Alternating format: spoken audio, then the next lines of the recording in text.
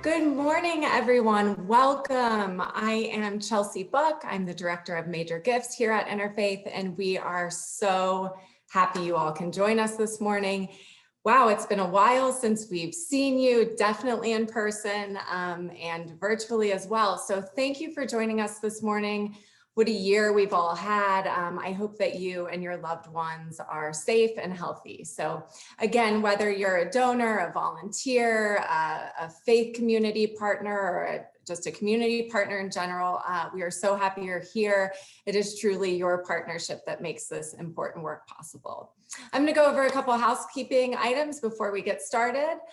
Today's webinar is scheduled for 1 hour. Approximately the first half will include a virtual tour of the new Abraham and Lillian Turk Recuperative Care Center and an in-depth look at services provided at the new center, with the remainder dedicated to a call to action, followed by your questions and answers.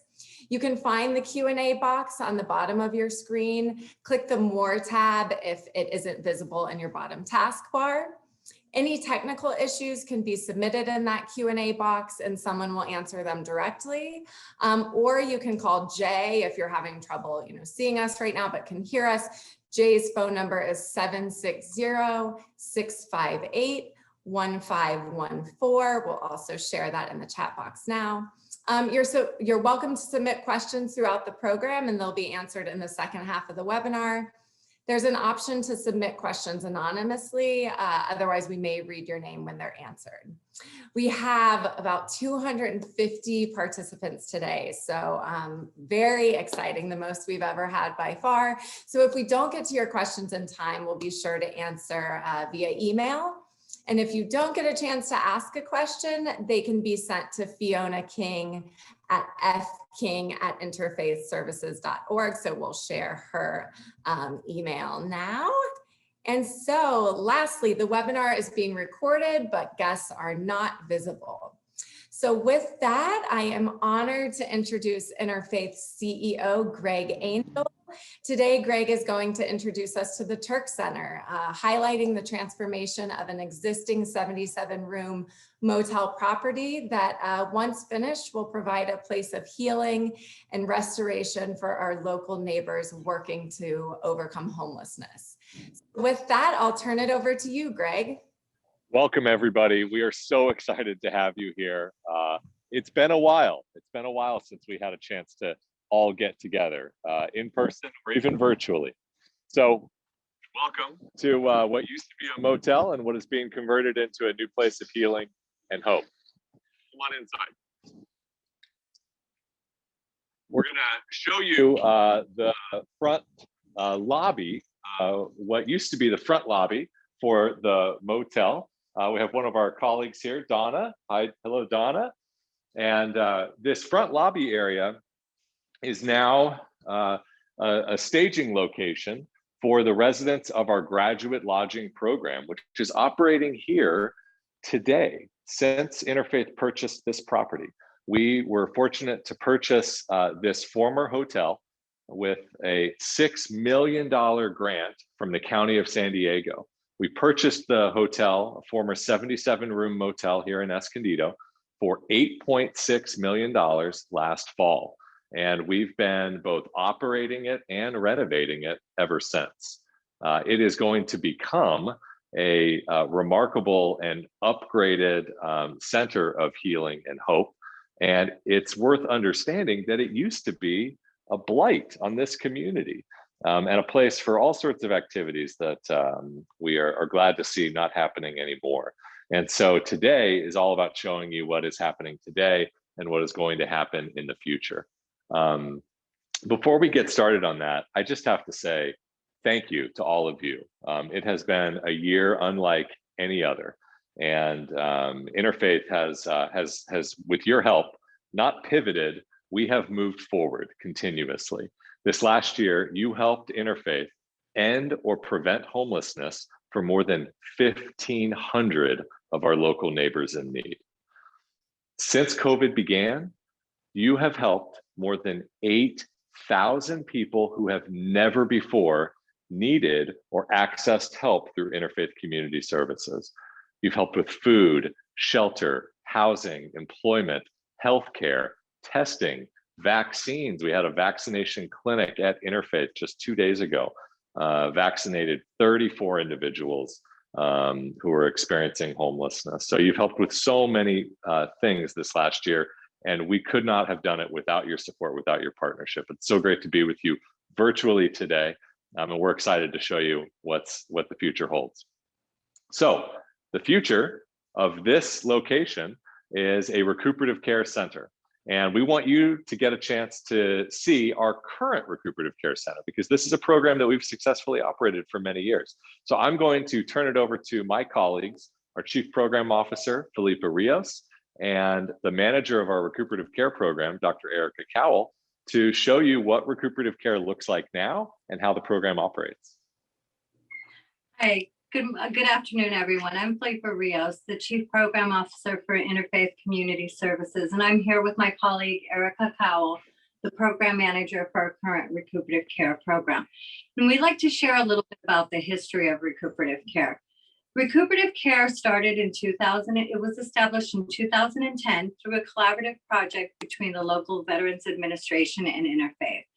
The original program served 10 homeless veteran males in an apartment complex here in Escondido. The success of that program really brought us to open up our current recuperative care program at the Hawthorne Center in 2015. We started to serve veterans here, as well as had 2 contracts with local designated hospitals in order to provide comprehensive supportive services that my colleague, Erica Cowell, will share with you right now. Good morning. My name is Erica Cowell. I'm the program manager for recuperative care and safe haven programs, like Felipe and Greg said. So what we offer here at recuperative care is a home-like environment where people can come after leaving the hospital for acute mental health or medical conditions. They get wraparound services from nursing care, clinical therapy. We offer intensive case management where we are able to connect them with primary care, get the medical insurance, connect them with community mental health resources for after they leave our program. And then we also help them with housing and employment. So we've been really successful at being able to bring people through our program and get them back on their feet. And they're able to receive home health care services and physical therapy that they wouldn't be able to receive had they left the hospital and gone to the streets. So to tell you more about that, I'd like to introduce a client, John Adams. He's a current client here at Recuperative Care. And Mr. Adams he's a Marine Corps veteran, and he was housed in his own apartment and worked at the San Diego International Airport for 10 years prior to becoming homeless. And what happened was that he had a heart condition, and because of this heart condition, he lost his job and then eventually went through his savings and lost his apartment.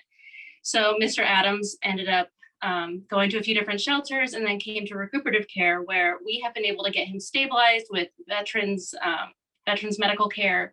And he is now on his way to getting his own housing at the end of the month. And he's recently gained employment. So he is a big success story for us. And I will let him tell you more about that. I lived in my apartment for 10 years. I was a janitor and a utility person at the San Diego International Airport for 9.5 years. I had to quit my job in 2019 in November because I became ill. Yeah, prior to me coming here to Recuperative Care Interfaith, I've been in various homeless shelters. Found an apartment 2 weeks ago. It's in downtown San Diego, and I already looked over the apartment and I loved it. I'm John Adams. I'm a former U.S. Marine Corps veteran, and I'm a resident here at Recuperative Care. I would say, yes, it does feel like home.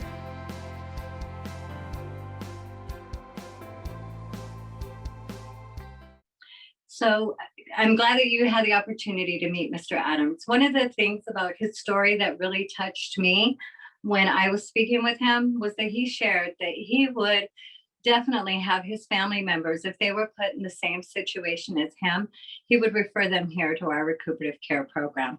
He felt quite at home here. He was able to learn different coping strategies, and also he was able to really relax and recuperate and be able to find permanent housing. Mr. Adams is one of the 636 individuals that we have served since 2018. all those individuals, Interfaith has about a 75% pre-COVID success rate. That means we've been able to find them, to link them to services, healthcare services. We've been able to link them to housing, and been able to ensure that they obtain income and that they're successful in their transition. Wow, more than 600 people served out of our recuperative care program since 2018, a 75% rate of success. And this is the alternative of somebody being discharged out of hospital into homelessness or into a shelter where they may not be able to succeed if they have significant health conditions. Well, we are so excited and thrilled to be able to expand that proven successful model here at what will become the Abraham and Lillian Turk Recuperative Care Center. I'm going to walk you around and show you what the center looks like today. Lunch is just getting delivered, so you're really catching us in action. Follow me, we'll give you a little tour. So it's worth noting that this motel is just across the street from Interfaith's headquarters here in Escondido, where we have a full commercial kitchen. So our kitchen staff and our team are preparing 3 square meals a day for the residents here at the Recuperative Care Center. And just through here, you can see those meals being packaged and prepared, and they're going to be delivered lunch while we're in today's program. So while we are occupying and using this program to provide an alternative for people who would otherwise be homeless, we're also renovating it. You can see renovations underway right here. I mentioned this has been a blighted spot in our community. Well, we're going to turn it into a bright spot for our community. So what you see here is the first of 3 buildings that make up the site. We are using this building to provide graduate lodging today. We're going to tell you a little bit more about that in a bit.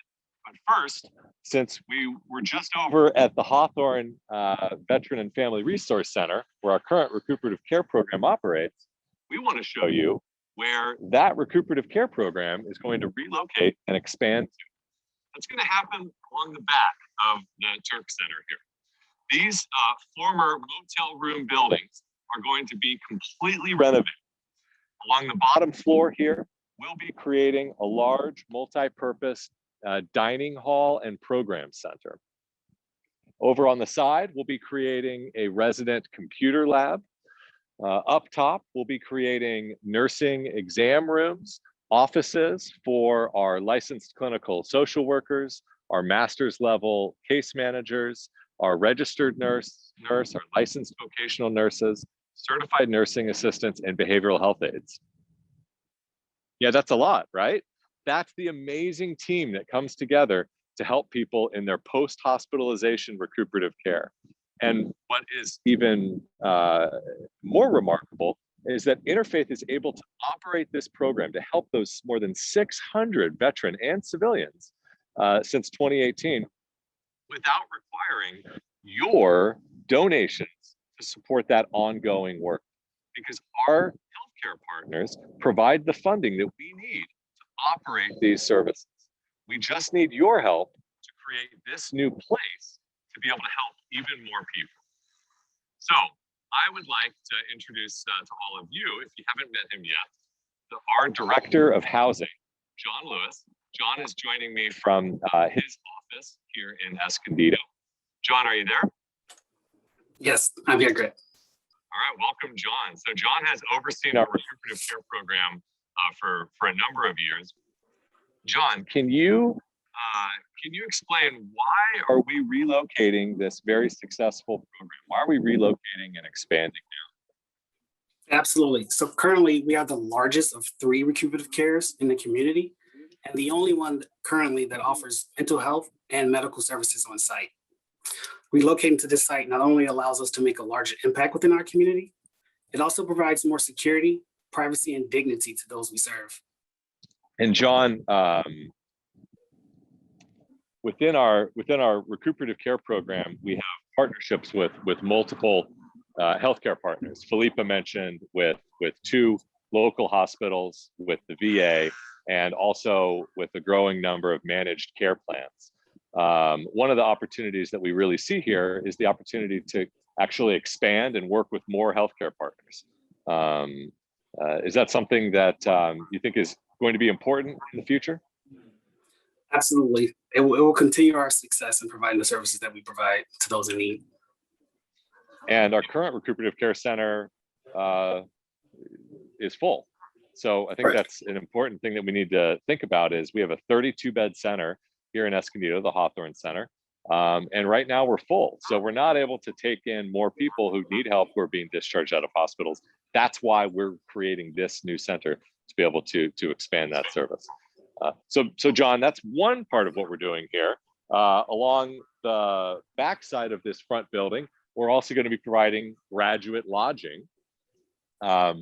Graduate lodging is a kind of a new thing. John, who are some of the people who we're going to be helping through graduate lodging? And can you share a little bit more about that program? Yeah, so we're currently serving those who graduate from another program within the community and are still in need of a safe place to stay. This allows them to focus on short-term goals, such as obtaining housing, employment, and an increase in benefits, rather than simply focusing on a day-to-day survival. Since we've opened the center here, we've served a total of 38 individuals, with 7 of those individuals already moving into housing, with a total of 25 that are currently pending. So we purchased this location in October of 2020. We moved in residents later that month, and we've already had 7 individuals graduate out into permanent housing of their own. And John, you mentioned another 25 on their way. And this is really remarkable that we wanted to share with everyone who's here today, because not only are we renovating this location and upgrading it to be a new center for healing and for hope, but we're actually operating very critically needed graduate lodging for right now, nearly 30 individuals who otherwise would likely be on the streets of our community, but instead they're safely provided short-term residency here. You can actually see there's a couple things going on behind me. You can see the paint mock-up for what this entire center is going to look like. We're not just upgrading the bones of the facility, but we're actually going to be upgrading the exterior, because it's so important to have a healing and dignified environment for people who deserve the utmost dignity and respect, people overcoming homelessness, health challenges, and so much else. So this entire place will be upgraded. You can actually see behind me, this is where you might see the traditional motel pool, swimming pool. It's already been demoed. It has been filled in, and this is in the process of being turned into a healing terrace garden. There are a couple other exterior upgrades that we're going to be doing, and a really important functional upgrade. Back here, we're going to be constructing a 2-story, full gurney-sized elevator. This is an older property built in the 70s, does not have an elevator access. So we're going to be creating that to increase access. We're also adding 8 ADA rooms with full bathroom conversions. In addition to that, we're creating community and group meeting rooms and outdoor recreation space for the residents of this center, which will include both our graduate lodging operating now and our recuperative care to relocate here once renovations conclude, we believe in the fall. So all of this is only made possible because of your support and the support of our community. I mentioned that we had a significant contribution from the County of San Diego. They believe in and they know the value of our program, and they trust us to deliver on who we're helping and what we're doing. They invested $6 million in this project, but it's an $11 million project. And so we have a significant amount of fundraising that needs to happen. And we are here at the Abraham and Lillian Turk Recuperative Care Center because of the remarkable generosity of the Turk family. And I would like to give you the opportunity to hear directly from Jerry Turk. He has some remarks that we're going to share now, and then he's here with us live and can share some words. And while he speaks, we'll walk around and show a little bit of the exterior, and then we'll turn it over to Jerry for a few words. My name is Jerry Turk. I've been a supporter of Interfaith for many, many years. My reasons for supporting Interfaith are really quite simple. There is no organization that does more to help those that need help in the San Diego County than Interfaith Community Services. When we go back to our home this evening and realize that we've got a place to sit in our chair or a bed to sleep in, and many people don't. Interfaith is involved in so many different areas, but they cannot continue to do what they do. They cannot continue to help those people in our community that need help in this area without your support. I learned a long time ago that no matter what the amount of money is, to that individual giving it, it's an important amount. So therefore, whatever people can afford to give, that's meaningful to them, is what they want to be doing. And I look forward to seeing this project not just to its completion, but also to see it grow and to see it serve the purpose it was meant to serve. And Jerry's joining us today from his home. Jerry, thank you so much for your support of the project. Would you like to share a few words with our viewers today? Thank you, Greg. I should thank you, and I should thank Interfaith for giving us the opportunity to make a difference in our community. The fact is, as I said a moment ago in the recorded message, there really is not a single issue from a social standpoint that this country is faced with that's more important and more disturbing than the homeless issue. It could happen to any one of us. For the grace of God, that really goes us. And I think that each one of us, in our small way, needs to help try and alleviate this problem, one which has been with us for many years, and fortunately, I believe, will be with us for many years to come. So I look forward to seeing not just this facility, but the future facilities that Interfaith will be able to put in place with their expertise to help alleviate the problem.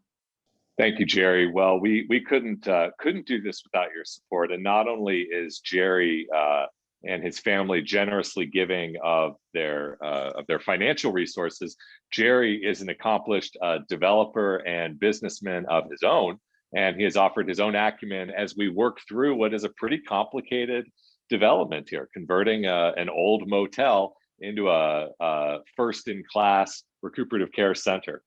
You can actually see one of the renovations happening right here. This is one of the ADA bathroom conversions that will be completed in the weeks ahead. We're in the graduate lodging portion of the Turk Recuperative Care Center, where we have about 30 individuals in residence now.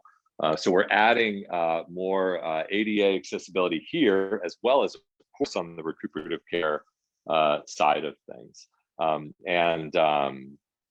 Today is really about informing and educating everyone who's here about the project, and ultimately asking for your support in seeing it through to completion. We need your additional help to do that. Jerry, you've supported Interfaith for many years. I'm curious, what about this particular project is so compelling to lead you to make such a significant contribution? Well, that's a very simple answer. It's really in one word: interfaith. The fact of the matter is, anybody who walks on the street can acknowledge we have a problem with homelessness. Anybody who picks up a newspaper and reads about it can acknowledge we have a problem with homelessness. But just throwing money at the problem is not the answer. What you have to have is an organization that has got the expertise and understanding to deal with this problem in a dignified way. You used that word earlier, dignity. I feel very strongly about that. So with regard to this specific project, Greg, as I said earlier, it was easy for us. We recognized the problem, and we certainly understand the expertise of Interfaith and what they've done for our community. So go back to the one word I said earlier: interfaith. Thank you, Jerry. Well, we have a lot of our expert leaders with us today who you've heard from already, our listeners, our viewers, I should say. And we have some time for audience questions. So I'm going to turn it over to Chelsea, and we really want this to be an interactive session with more than 250 people planning to attend. I know we have a big group. So Chelsea, what are some of the questions coming through that we can address today? Yeah, thank you, Greg. Wow, incredible information. Thank you, John, Philippa, Erica, Greg, and Jerry. The questions are coming in. So yeah, guys, feel free to, any questions you have, any thoughts, that Q&A box is there for you. I'll jump right in. So Cindy, what steps are being taken to ensure that all people who are eligible for stimulus payments are receiving them? I'm thinking specifically about our homeless neighbors. Yeah, I can start with that, and maybe Philippa might have more to share. One of the really critical functions that Interfaith provides is tax assistance. Our volunteers and our staff complete more than 2,000 tax returns every single year. And that provides a critical pathway to both securing the earned income tax credit that our low income neighbors are entitled to, and also ensuring that they secure stimulus payments as well. Our professional case managers are experts in navigating through what is frankly a very difficult web of resources and barriers and opportunities and challenges that are out there through a whole number of government resources, and as well as private charitable resources. So it's something we do for individuals experiencing homelessness, at risk of homelessness, and a large amount of simply low income individuals. Philippa, I'm not sure if there's anything else you want to share on that issue. No, Greg, I think you did a wonderful job explaining it. Our case managers are trained to help everyone who comes through our doors. And they're also trained to help everyone obtain all the benefits that are available to them. Thank you. This one is for Erica. We have someone who is very compelled by John's story and curious if he was in the hospital before coming to recuperative care. He or she is under the impression that most clients come from a hospital stay. Right, so Mr. Adams actually came to other shelters after leaving the hospital, and then he came to us because he had cataracts that were so severe that he was completely blind in one eye and only had 30% vision in the other. So he was actually sent by the VA to our program from a shelter, which can happen in some cases. And then we were able to bring him in prior to his surgeries to get him stabilized with his heart condition, his medications, and his prepare him for his cataract surgery. And so now he's regained his vision and he's stabilized on all his meds. So we do take people from the community if the VA is able to arrange that prior to surgeries. Great. Thank you, Erica.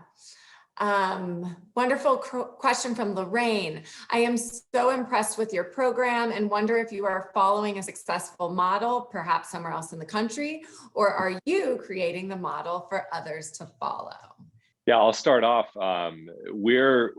Recuperative care is really a groundbreaking intervention that is beginning to be popularized throughout the country, but it's still very unique.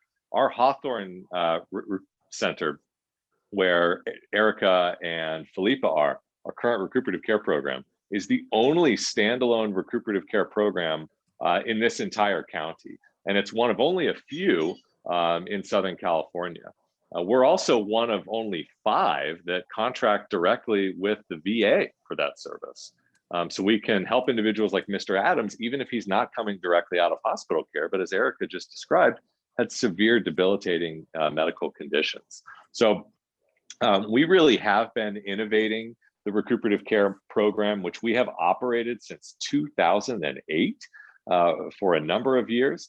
And we also work with national healthcare groups, local healthcare groups to adopt other best practices when they're out there, and to also allow our programs to be something that can inform and educate others. Part of the vision of this site, part of the reason we are creating a new center, is that the demand for recuperative care is so significant. And we know, unfortunately, that it's going to continue to grow.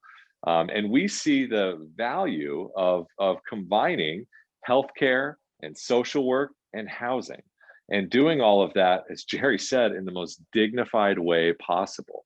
As Mr. Adams said, if one of his family members ended up in this situation, he would gladly recommend they come here. That's what we're looking for, and that's what we're doing in this center. And this place provides an opportunity to scale that recuperative care intervention up.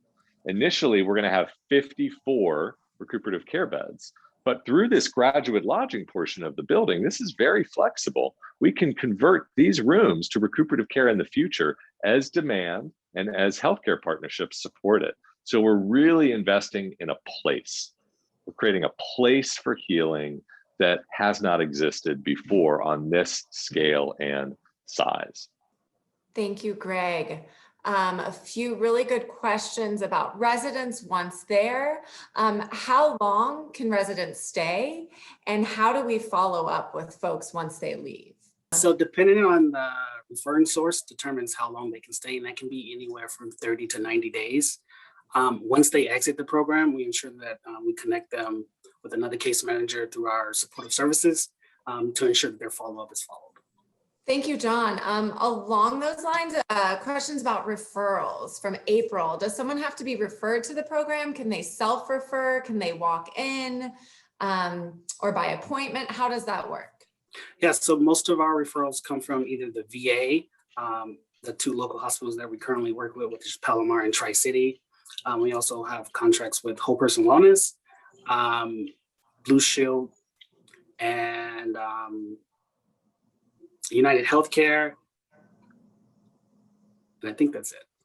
Okay, thank And you. that's Yeah, all. go ahead, So that's all within the recuperative care program. It's a referral system, and our nursing staff will do a joint intake with the referring hospital or health partner, so that we ensure the resident coming in, while they have significant health needs, whether it's mental health or physical health needs, that they're going to be, that in our medical opinion, they'll be successful in the environment that we're providing. And then we'll arrange for transportation. Often if it's a hospital referral, they'll provide transportation from the hospital over to our recuperative care center. Within our graduate lodging program, which is kind of a more broad short-term housing intervention, it's also a referral process. And so there's a truck that just started outside, so that's why I'm like backing my way into the construction zone here further. The referral process for graduate lodging is primarily individuals graduating out of other interfaith programs, our Haven House shelter, our addiction treatment program, or recuperative. They finish that 30, 90-day stay that John mentioned, which the healthcare partners support. They're still looking at housing. Well, graduate lodging provides that next step. And then in this COVID environment, we have an additional referral and option. And those are individuals who are coming out of homelessness, but their health condition is such that they're not able to be in a congregate shelter environment like our Haven House shelter, which is a large open model shelter environment.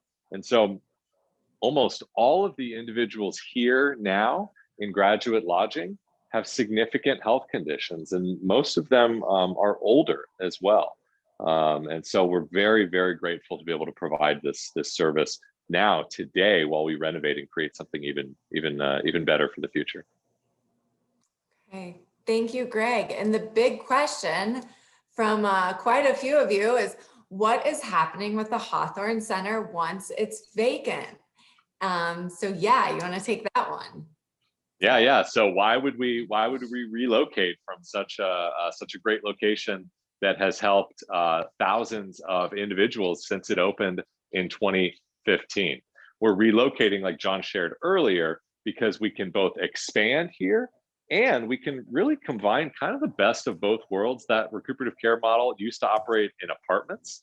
And apartments or motel rooms provide a different level of privacy and support for healing. And so as successful as we've been at the current center, we believe, and there's evidence to support this, that we can be even more successful at this site. So we'll relocate and expand recuperative care. And then, what's going to happen at the Hawthorne Veteran and Family Resource Center? Well, it's always been called the Hawthorne Veteran and Family Resource Center. And we are going to be helping families. We see every day through our multiple locations throughout North County, the number of families coming to Interfaith in really dreaded financial straits. COVID, as I mentioned earlier, has led more than 8,000 people to come to Interfaith who have never accessed our services before. That's just in the last 12 months. Where we used to see a family who had $1,000 or a $1,500 past due notice on their rent because they had 1 or 2 or 3 hardships happen. They lost their job, they got hurt, the kids got sick. These sorts of things happen far too frequently, and they don't have the support system to allow them to get caught up on that rent. Where we used to see a $1,500 past due notice, that was pretty big. We have families coming to us now, just one last month, who owed more than $22,000 in rent. These are amounts that we are helping families in ways that are pretty profound with our partnership here in the city of Escondido, with partnerships with the city of San Marcos, Oceanside, the county of San Diego, to draw down government resources to help people get caught up. With your support, we have additional private donation dollars that can help in areas that government may not support. And this is a long answer, I'm sorry, but it's important. In the end, we know it won't be enough for everybody. We know that families will lose their housing as a result of the economic fallout of COVID-19. I think everyone on this webinar knows that both the illness of COVID and the economic hurt of COVID have disproportionately hurt our low-income communities and our communities of color. We know that we will see an increase in families needing a new start.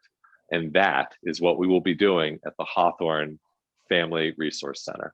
And so we wish it wasn't necessary, but we're excited about the opportunity to continue to utilize that center as it was initially envisioned and created by Tom Hawthorne and his late wife, Dorothy, and so many others who supported, to create a center for healing and restoration. And that's what we're doing here. And we're going to provide recuperative care and graduate lodging here to begin with, but who knows, in the future, it could turn into something else. We're always using the resources that have been trusted to Interfaith Community Services to meet the needs of our local families and our local persons in need. So we're really excited about the people we'll be able to help there at the Hawthorne Center in the future. Thank you, Greg. Very, very exciting. So with that, hopefully that answers some of your questions about how we help families. A few more questions about the Recuperative Care Center and program itself. Will the center be open to serving unsheltered people who are being discharged from emergency rooms throughout North County? Someone want to answer that? John or Philippa or Erica? The center is already open to individuals discharged from local hospitals. So Tri-City actually has it open to various departments within the hospital as well as Palomar Hospital. So we are taking in individuals who are discharged from the emergency room already. Thank you, Philippa. Similar as far as opportunities to come to the center, what would exclude a person from being able to enter the recuperative care program? So we don't have a lot of exclusionary criteria. Basically, we just can't bring in anyone who's a registered sex offender. We can't have anyone who's an arsonist or who has active warrants. But outside of that, we're pretty much open to everyone who otherwise qualifies.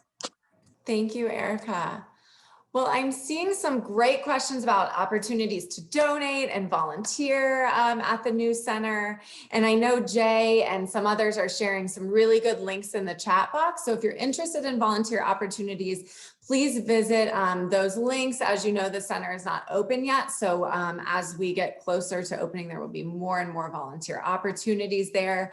We have a great question from Lisa about, can families from the community write encouraging letters or support transitioning families in some practical way? We have a great opportunity called Meaningful Messages, where you, along with your kids and your family, can write encouraging cards to to participants, and we put them in their room when they first move in. So some great stuff on our volunteer page. I see that Jay is also sharing the Turk Center webpage, and that is a great place to donate online. Any other questions about donations? Of course, we've shared Greg's personal information in the chat box, as well as our new Chief Development Officer, Verinda Massette. So she's a great person to reach out to if you have specific questions about donations, and we will share more about that. Anything else you want to say, Verinda, to that? I just wanted to echo everything that Chelsea's saying, which is there's opportunities for everybody, not just to write the letters, but also volunteer for this incredible center.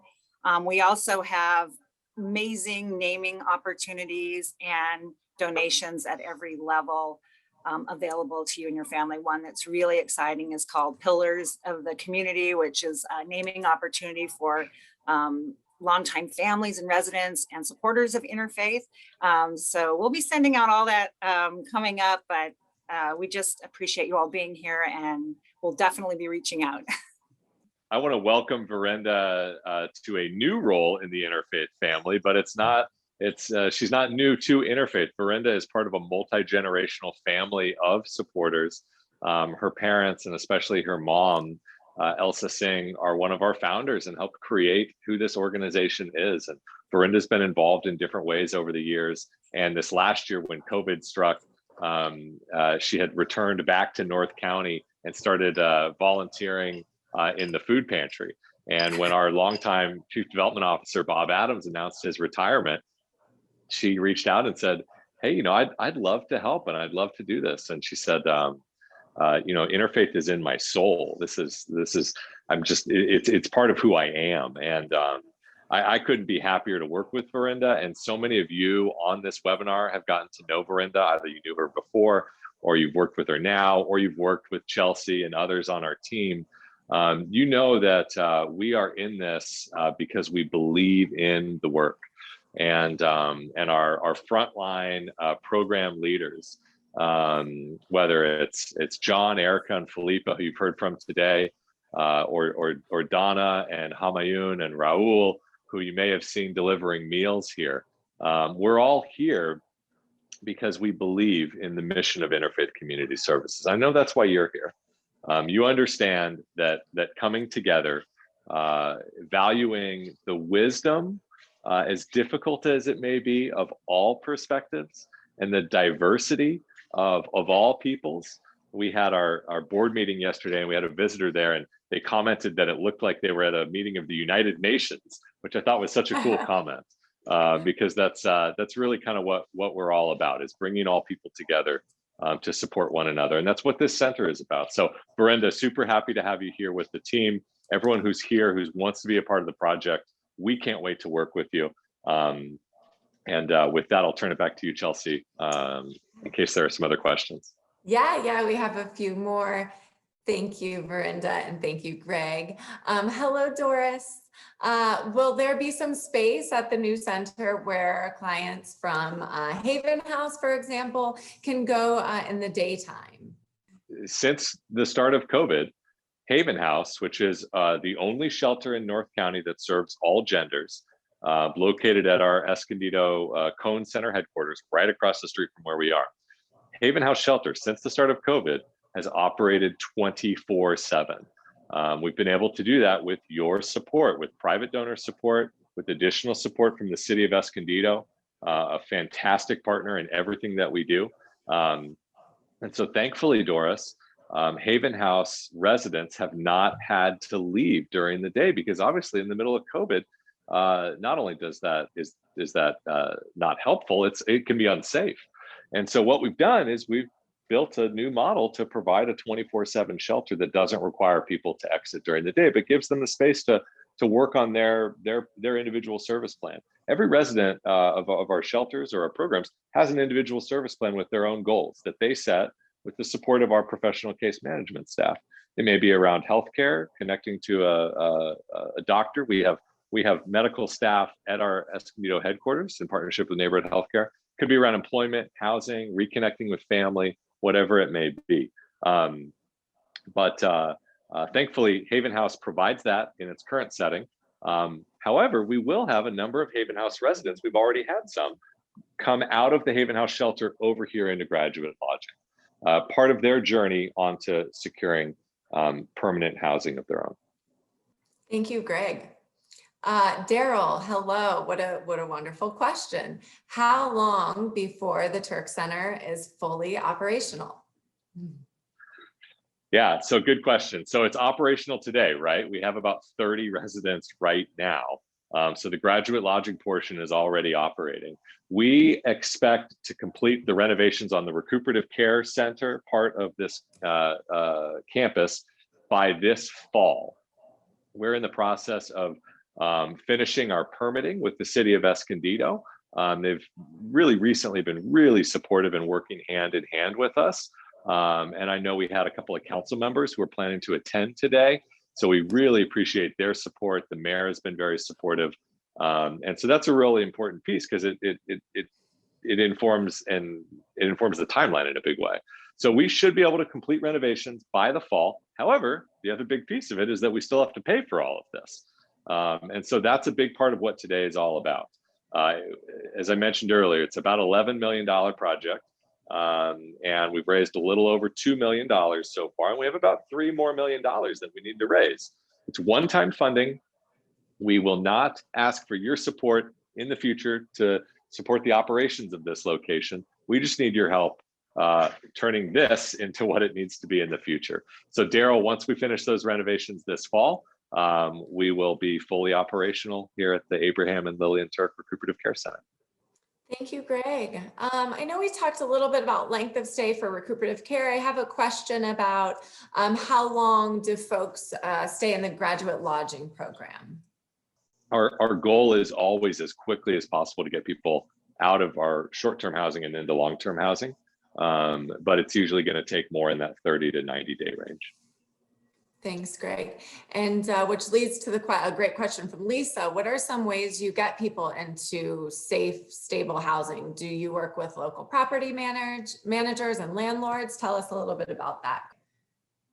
Yeah, so we actually have a landlord engagement specialist, and that person's job is to go out in the community, build those relationships with property managers and landlords, so that we can refer our clients over there to them. And then once they're housed, we continue to support our clients until our support is no longer needed. And we're always looking for new landlords. So if anyone's on this call, on this webinar that has properties, as John said, we provide comprehensive services. So that person that's moving into that unit, normally you take an application and you don't know who you're getting, really. That person comes along with all of us. So if anyone has any properties, please let us know, because we're always looking for new properties. And we've been really fortunate to have special grant dollars from the city of Escondido to support individuals moving out of homelessness into housing and to support those first month's move-in expenses. And I think Felipe said it really well. We're a really good deal, because when landlords rent to a community member, they have to do their own background check and their vetting and hope they're getting somebody who's going to abide by the terms of whatever the lease may be. When they rent to somebody who Interfaith is referring, they have that, but then like Felipe said, they also have Interfaith Community Services there to support if any challenges come up along the way. And if you just joined us or you missed it earlier, we're not talking a few dozen people here. This last year, you helped end or prevent homelessness for more than 1,500 men, women, and children, almost entirely here in North County and many here in Escondido. Thank you, Greg. We have just a few minutes left. If there are any lingering questions, please feel free to put those in the Q&A box. Question from Linda. She is very impressed with the motel. What a fabulous way to repurpose a blighted property to provide expanded services to our vulnerable community. Has Interfaith considered expanding resources in the form of creating a tiny home community or anything similar to that near the motel or any lot that is available? Great question. We are continuously exploring opportunities to create new housing. Some of you may have heard of a movement called YIGBY, Yes in God's Backyard. It's a pretty cool group of people coming together, working with local faith communities to identify opportunities to build housing on faith community parcels. There are more than 1,100 faith community parcels in the county of San Diego. Most of them called to help their neighbors, and a lot of them have large parking lots, other spaces that aren't being fully utilized. So I sit on the advisory group for YIGBY. One of their leaders of that movement, a great guy by the name of Andy Ballister, is also a new Interfaith board member. And so we're exploring ways to support what's happening there, which will include all sorts of types of development.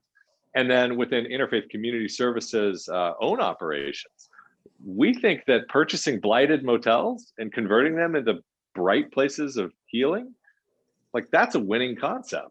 And it really figures with what we've done. If you've been supporting us for a long time, you know that a generation ago, you started buying blighted apartment buildings here in Escondido. And you turned one of the most crime-ridden streets, Astor Street, called Astor the Disaster back in the day, where 2 police cars would respond to every call for service with 2 cops in each car. You turned that from a place of a lot of challenges into one of the safest parts of our community, because we now own most of the apartments on that block, and we are providing really high quality, low income housing for hardworking families there. Well, we see the same sort of opportunity to scale motel purchases. We bought this place in October, and when we did, we stopped operating it as a motel and put up some security fences to make sure that we maintained the property. And it's a funny thing, the only people who were coming around were drug dealers. They were wondering where their old clients were. This was part of their regular route to drive around and sell their product. And so we are so honored to stop that and then to create something so much more important. So to answer your question, we're actively looking at a number of other motel properties and other types of properties to create more housing, because people need places, right? We're advocates for a lot of the trauma-informed outreach that is necessary. And that's critically important. But in the end of the day, if you don't have a place for somebody to go, you can't help them overcome homelessness. So a lot more to come. And this is where all of you participating today can play a big part, because ultimately when projects like this happen, they really need the buy-in and support of the local community. So we're looking at opportunities in Carlsbad, in Oceanside, and more opportunities here in Escondido. So if you want to learn more, let us know and we can have a longer conversation. Thank you, Greg. Okay, really just a few minutes left. So I'm going to end with 2 questions here. Somebody is asking, is there security at the new site 24 hours a day? Yes, 24/7 staffing. We have, we don't use security guards. We have, we call site security and resident coordinators. They're people, and they're here to help people, and they're here to make sure that we have the right people on our campus. That's here and at other locations. So 24/7 staffing. Thanks, Greg. Okay. Are you considering providing safe parking for individuals and families to stay in their vehicles rather than on the streets? I met 2 individuals a week and a half ago who just moved here to graduate lodging. One of the individuals had been living out of his car for 2 years, and the look on his face and the warmth in his smile, because he has had a room of his own and a place to shower and clean and just rest and take a breath and have his basic needs met, and then be able to look to his future. That's what this is all about. So here we're able to provide an alternative, and that's a place for somebody to go.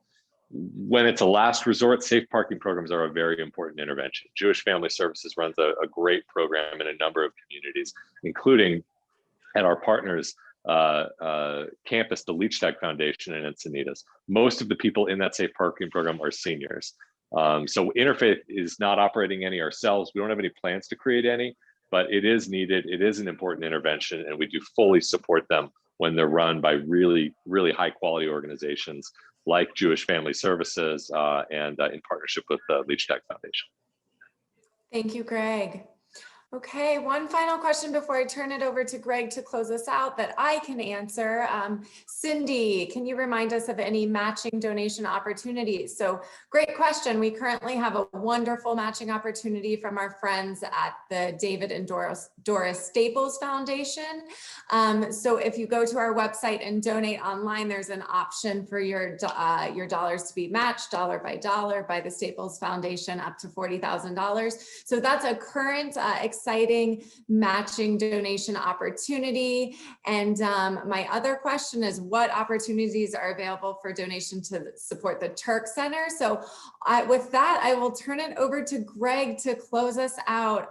Thank you all for such incredible questions and engagement. What a wonderful, robust conversation we've had here today. So I will turn it over to Greg.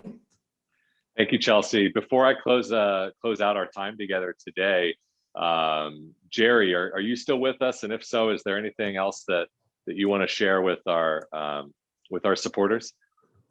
I am still with you, and I think it's all been said, Greg. I think that anybody who watched this presentation for the last hour who is not moved by the by two things. One, by the enormity of the problem that the community is faced with from a homeless standpoint, and the expertise of the people, not just you, Greg, but the people that you've surrounded yourself with and the organization. And therefore, to be the organization to help address this problem, anybody who's not moved by those two things probably wasn't listening. So once again, I tell you that my family is honored to be associated with Interfaith. And we've been involved with lots of social service type organizations. I cannot identify one that I think is better representative of what we would like to believe is the right thing to do for our community than Interfaith Community Services. Thank you, Jerry. And it is a tremendous honor to operate and build this center named in honor of your parents, Abraham and Lillian Turk. And we bring and we provide dignity and respect to all people who we serve. And we bring people together to do that work. That's why you're here today. And so we close out our time, and I close out our time by humbly asking for your consideration of a special gift. This has been a year that, God willing, we never repeat. We have made it through with your support. We've made it through not just helping more than 20,000 people in need, not just helping 8,000 new people who've never been here before, but actually creating a new center that will help people for generations to come. And we need your help to do it. We have about $3 million more to raise. We have a few months to do it.